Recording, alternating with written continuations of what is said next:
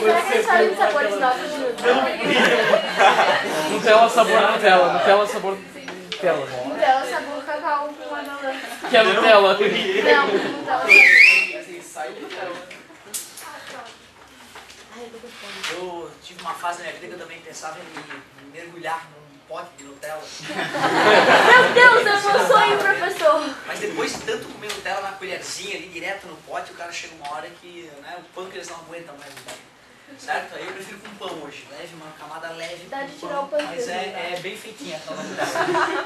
Mas antes da Nutella, cara, tinha o tal do amendoim, né, bicho? Que era, teoricamente, né, um nível abaixo ali, mas funciona muito bem também.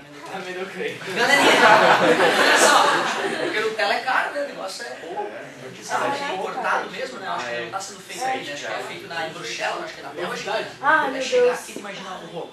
Galerinha, o negócio é o seguinte, ó, vou te mostrar a máquina mais moderna que já apareceu hoje aqui nos nossos laboratórios virtuais. Tá? Essa máquina aqui, pô, dá um trabalho para conseguir ela, viu? Esse botão P aí, um botão que tu gira para direita. Botei. Ah, não, é parecido a... Pressão. Pressão aumenta, a pressão. E aí tu gira o botão para a esquerda, a pressão diminui. Tu bota a pressão que tu quiser. De 0,0001 milímetro de mercúrio a 200 mil atmosferas. Pô, é robusta essa máquina. Esse outro botão aqui, gira para a direita e gira para a esquerda. Menos. Isso, show de bola. E aqui é um vidro blindex, tu pode olhar para dentro da máquina. Não esmaga a própria base da máquina. Na verdade é o seguinte, ela não dá pra ver, mas é bem robusto aqui, temos concreto, aço, os engenheiros da NASA projetaram, muito... não quero, fica tranquilo.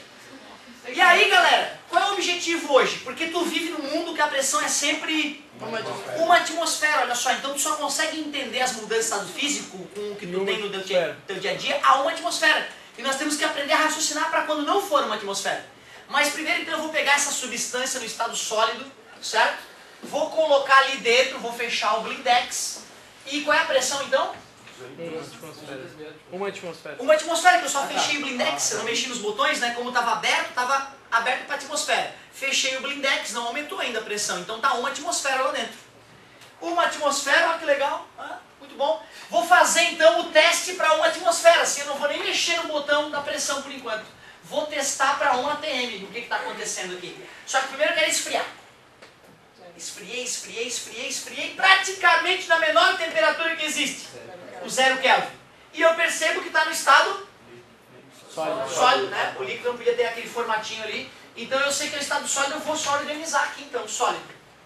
Para uma temperatura super baixa e para uma pressão de 1 atm, sólido. Sólido, beleza, aumentei a temperatura, sólido. Sólido, beleza? Aumentei a temperatura, sólido. Chega uma hora que eu giro e de repente um pequeno pedacinho fundiu.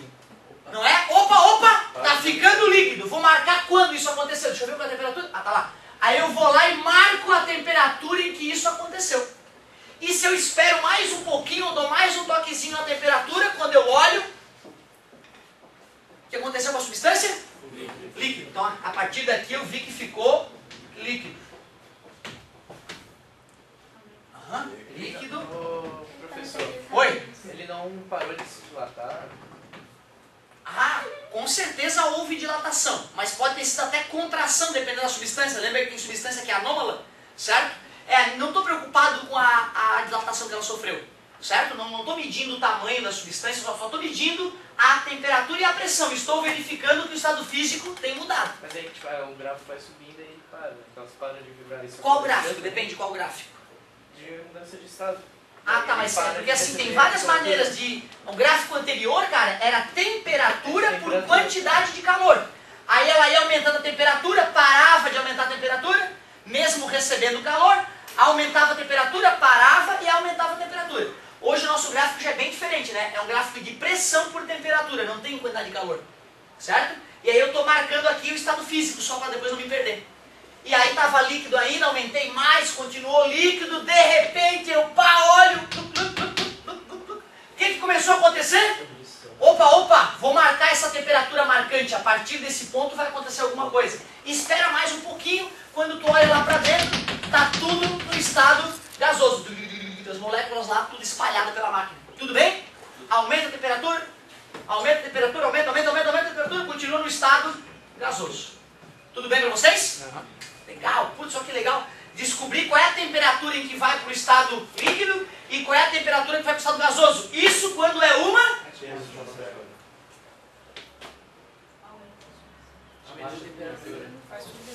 Tá no zero? Isso, meu querido. Ô, professor, virou um cubinho de gelo de novo? Não, não, não.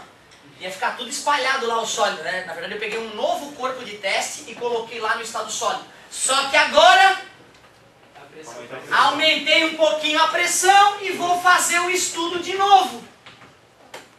Não é lógico? Vou fazer o estudo todo de novo. O que que tu acha que vai acontecer com a temperatura em que ele ficou sólido? Tu acha que vai ficar sólido agora mais fácil ou vai ser mais difícil ficar líquido? Pois é, para a grande imensa maioria das substâncias, quando tu aumenta a pressão, fica mais difícil ficar líquido. Então, ó, a temperatura para ficar líquido foi mais para a direita, tá vendo? Estava no estado sólido, não era?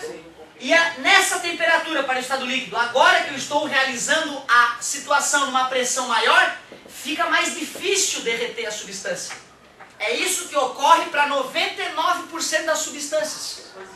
Certo? O gelo é outro, porque o gelo é uma exceção. Lembra quando a gente sobe a serra e a água fica vermelha? Exatamente, o gelo é uma exceção. O gelo é a dilatação anômala d'água, lembra? O gelo é uma exceção. Parabéns para vocês. Aqui eu estou falando para as outras substâncias comuns. Daqui a pouco eu já vou falar do gelo também. Mas qual é a explicação disso? As partículas, os átomos estão todos... Legal, cara. Ótima colocação. Essa é a ideia. Quando para a substância ir para o estado líquido, as moléculas têm que se soltar, certo?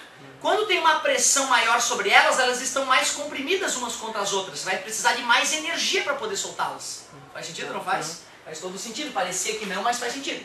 E para ir do estado líquido para o estado gasoso, tu acha que vai ser mais fácil ou mais difícil?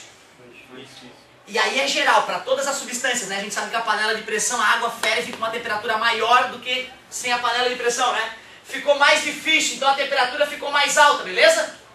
E tu concorda que eu posso fazer esse estudo para pressões mais baixas também, né? Sim. Vamos lá então. Agora que eu já fiz esse estudo para outras pressões, ó, vamos fazer esse estudo para pressões mais baixas.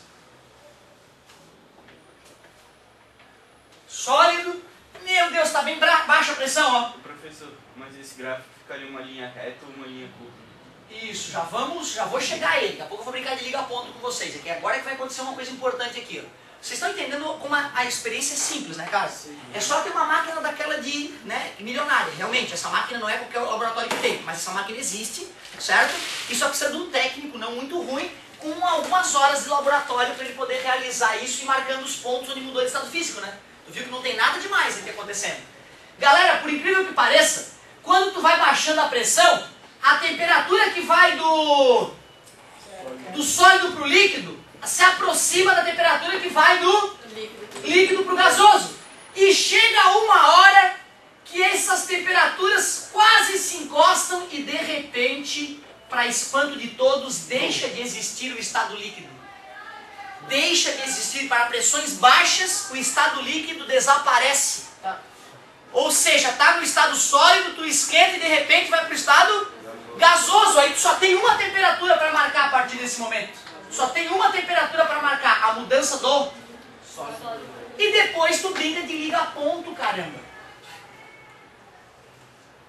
Pronto, qual é o estado aqui?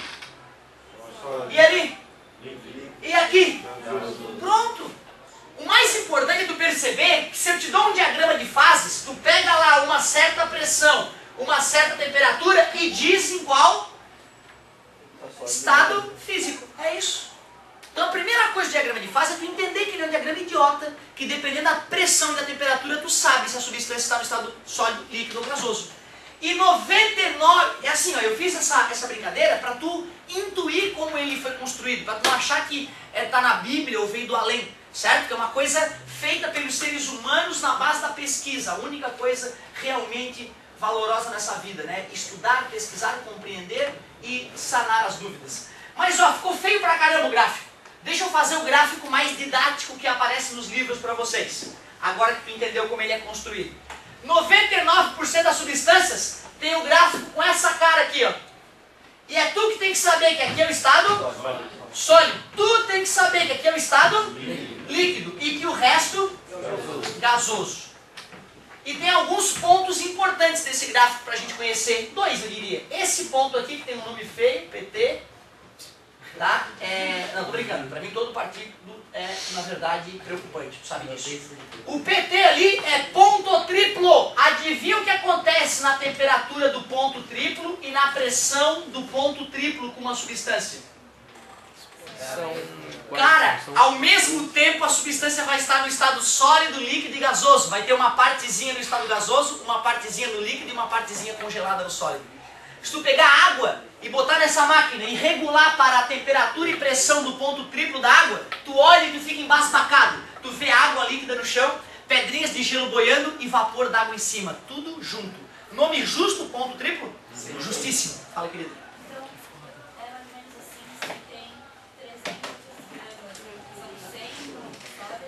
Aí isso troca, isso pode variar, vai depender, né, isso pode ficar mudando, tá? E em algum momento pode ter tudo líquido, de repente dá uma congelada, pode ficar mudando de uma para outra, olha que loucura, bizarro.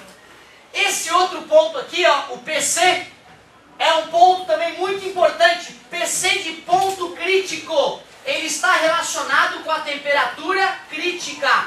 Que história é essa, professor? Amigo, tem uma hora que a substância está tão quente, as moléculas estão tão agitadas, que elas não conseguem mais grudar para ficar líquido ou sólido. Acima da temperatura crítica só existe o estado gasoso. Para uma substância poder estar no estado líquido ou sólido, a temperatura certamente tem que estar abaixo da temperatura crítica. Por isso que a gente chama o gasoso abaixo da temperatura crítica de vapor e o gasoso acima da temperatura crítica de gás. E por isso que as estrelas são todas gasosas, porque estão todas acima da temperatura crítica. Então mesmo o ferro dentro das estrelas está no estado de gás. Beleza? Anota a tarefinha que acabou. Sim, mas ó, 99% das substâncias tem essa cara. Apenas as substâncias que se dilatam ao congelar, como a água, tem um diagrama de fases diabólico. Como assim, professor? Ó, é porque forma um chifrinho aqui, ó. Diabólico. Se parecer um chifrinho diabólico, estamos falando de quem? Água. Anota a tarefa, meu Deus. Página 9. Aê, agora sim, estou muito feliz. Tarefa, página 9, volume 3. Vocês foram muito atenciosos, estão saindo muito satisfeitos, muito obrigado. Curtam no final de semana, não façam nada muito absurdo para não se arrepender. E tá tudo 10.